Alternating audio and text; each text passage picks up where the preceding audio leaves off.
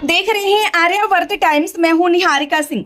आज की बड़ी खबर बिहार की सियासत से जुड़ी हुई है, जहां राष्ट्रीय जनता दल के कार्यकारी अध्यक्ष और बिहार विधानसभा में नेता प्रतिपक्ष तेजस्वी यादव ने सत्ता पक्ष पर बड़ा हमला बोला है। उन्होंने आरोप लगाया कि सत्ता में बैठे लोग बाबा साहेब के संविधान को खत्म करने की साजिश में लगे हैं और देश के नागरिकों से सजग रहने की अपील की है।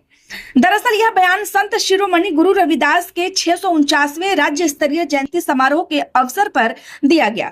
रविदास चेतना मंच के तत्वाधान में आयोजित इस कार्यक्रम में बड़ी संख्या में लोग मौजूद थे। मंच से बोलते हुए तेजस्वी यादव ने सामाजिक न्याय, आरक्षण और संविधान की रक्षा के मुद्दों को प्रमुखता से उठाया।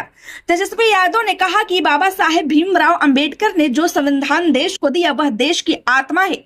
यह संविधान सभी वर्गों, दलितों, पिछड़ों, अति पिछड़ों, वंचितों और आदिवासियों को समान अधिकार देता है। लेकिन आज सत्ता में बैठे लोग उसी संविधान के मूल भावना को कमजोर करने की कोशिश कर रहे हैं। उन्होंने कहा कि संविधान सिर्फ एक किताब नहीं है, बल्कि यह सामाजिक न्याय का आधार है। अगर संविधान कमजोर होगा तो सबसे ज्यादा नुकसान गरीब, शोषित और वंचित वर्गों का होगा।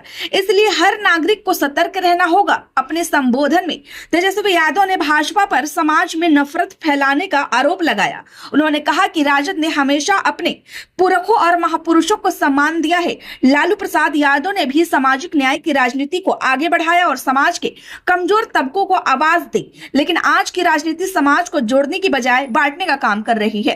कार्यक्रम के दौरान तेजस्वी यादव ने संत शिरोमणि गुरु रविदास के चित्र पर माल्यार्पण कर श्रद्धांजलि अर्पित की। उन्होंने कहा कि गुरु रविदास ने समानता, भाईचारे और मानवता का संदेश दिया था। उनका जीवन इस बात का उदाहरण है कि समाज में ऊंच नीच और भेदभाव को खत्म कर सबको साथ लेकर चलना ही सच्चा धर्म है।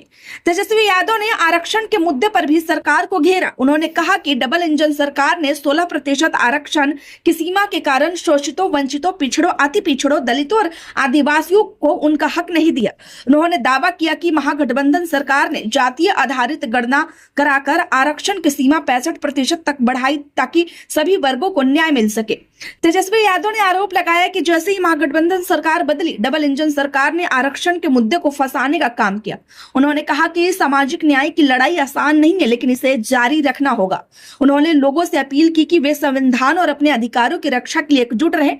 तेजस्वी यादव ने कहा कि लोकतंत्र में जनता ही सर्वोपरि है और अगर जनता जागरूक रहेगी तो किसी भी साजिश को सफल नहीं होने देगी।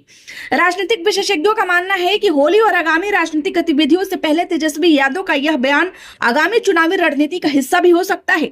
सामाजिक न्याय और आरक्षण का मुद्दा बिहार की राजनीति में हमेशा से केंद्र रहा है। ऐसे में संविधान और आरक्षण को लेकर दिया गया यह बयान सियासी तापमान को और भी बढ़ा सकता है।